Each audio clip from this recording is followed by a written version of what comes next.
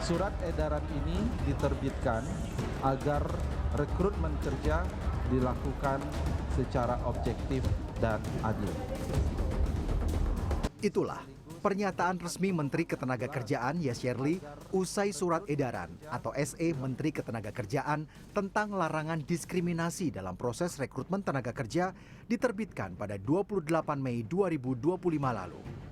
Namun faktanya, penghapusan diskriminasi usia tidak sepenuhnya diterapkan perusahaan.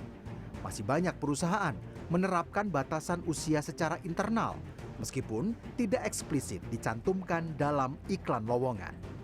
Hal itulah yang dirasakan Barnel Tito, mantan HRD sebuah perusahaan pengelola gedung perkantoran. Selama hampir 15 tahun yang kini kesulitan mendapatkan posisi karena usianya tak lagi sesuai dengan persyaratan mayoritas perusahaan. Barnel, satu dari ratusan orang yang terkena dampak efisiensi dari perusahaan tempatnya bekerja pada 2019 lalu. Pasca keluar dari pekerjaannya, setiap hari ayah 3 putri dan 1 putra ini tak henti mengirimkan surat lamaran kerja dan CV ke sejumlah perusahaan.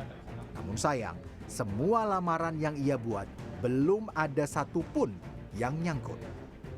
Tahun itu saya full jadi driver online gitu ya. Tapi sekali-sekali saya sambil memberikan training di bidang building management gitu.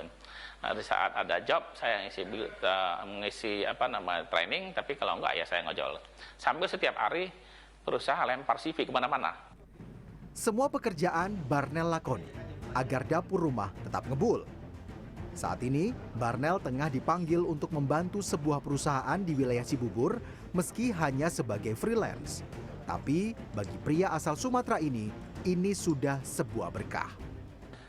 Kalau dibilang kontrak nggak ada buktinya gitu, nggak ada bukti kontrak di sana. Namun karena hubungan baik, ya saya jalani saja gitu. Walaupun mungkin statusnya dikatakan freelance atau apa, nggak peduli lagi apakah status sebagai tetap pakai kontrak atau lain sebagainya.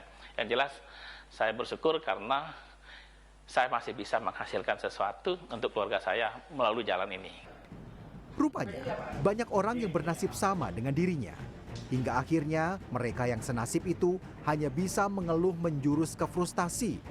Tak mau sekadar menampung keluhan, Barnel pun kemudian mendirikan All Job Seeker Indonesia atau OJI, sebuah wadah saling bertukar info lowongan kerja bagi mereka yang sudah memasuki usia di atas 35 tahun. Ya karena mengeluh, banyak teman-teman itu mengeluh dalam arti sulit mendapat kerjaan. Nah, kalau dulu di LinkedIn itu keluhan-keluhan itu sudah ekstrim. Ekstrim saya sampai kepada taraf ingin mengakhiri hidup karena sudah terlalu kecewa, sudah terlalu susah gitu mendapat pekerjaan. Sementara di sisi lain mereka punya tanggungan, punya kewajiban. Sudah ribuan anggota yang tergabung dalam OJI. Anggota yang sudah mendapatkan pekerjaan diharapkan mau berbagi info yang dibutuhkan. Pengamat ketenagakerjaan Timbul Siregar menjelaskan, apa yang dialami oleh Barnel dan kawan-kawan adalah bentuk diskriminasi pekerjaan berdasarkan usia. Bila pemerintah tidak memperhatikan para pencari kerja usia tua, hal ini akan berdampak terhadap bonus demografi.